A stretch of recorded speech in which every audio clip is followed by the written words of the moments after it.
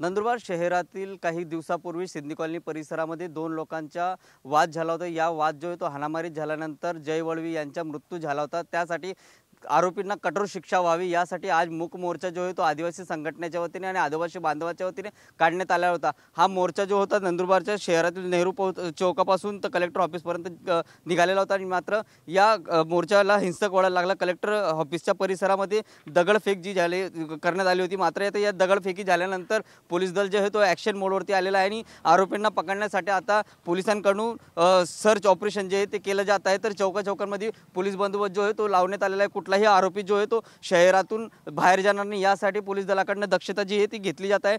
पोलिसांकडून जे मोटरसायकल असेल किंवा फोर व्हीलरमध्ये जाणारे जे काही आरोपी आहे किंवा लोक आहेत यांची जी काही ओळख पटवली जात आहे आणि त्यांचा मोबाईल तपास केले जात आहे आणि यामध्ये जर काही व्हिडिओ आढळले असतात त्यावरती कारवाई देखील केली जात आहे। परंतु शहरात सध्या तणावपूर्ण शांतता आहे यासाठी मोठा पोलीस बंदोबस्त जो आहे तो तैनात करण्यात आलेला आहे। नाशिक परिक्षेत्राचे महानिरीक्षक जे आहेत ते देखील या ठिकाणी दाखल झालेले आहेत। दत्तात्रय कराडे ते देखील या परिस्थितीचा आढावा जो आहे तो एकंदरीतच घेतला जात आहे। या घटनेमध्ये काही पोलीस अधिकारी आणि काही कर्मचारी देखील जखमी झाले होते आणि हा जो काही मॉपला पांघरवण्यासाठी पोलीस दलाकडून अश्रुधुराचे नळकांडे जे आहेत त्या देखील फोडण्यात आलेला होता। परंतु या सर्व घटनेमुळे कलेक्टर ऑफिसमध्ये लावण्यात आलेल्या वाहनांची मोठ्या प्रमाणात तोडफोड जी आहे ती करण्यात आली। त्यासोबतच बाजूला असलेल्या आरटीओ कार्यालयाला देखील हे जे काही मॉब जो आहे तो गेला आणि त्या ठिकाणी देखील तोडफोड जी ती करण्यात आलेली होती। मात्र आता या तोडफोडीनंतर पोलीस जे आहे ते ॲक्शन मोडवरती आलेले आणि आरोपींना डिटेक्शन करण्याचे काम जे आहे ते युद्ध पातळीवरती करण्यात येत आहे। त्यामुळे आता रात्री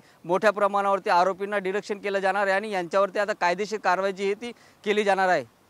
कॅमेरामॅन आकाश येवलेसह जितेंद्र बैसाने TV9 मराठी नंदुरबार।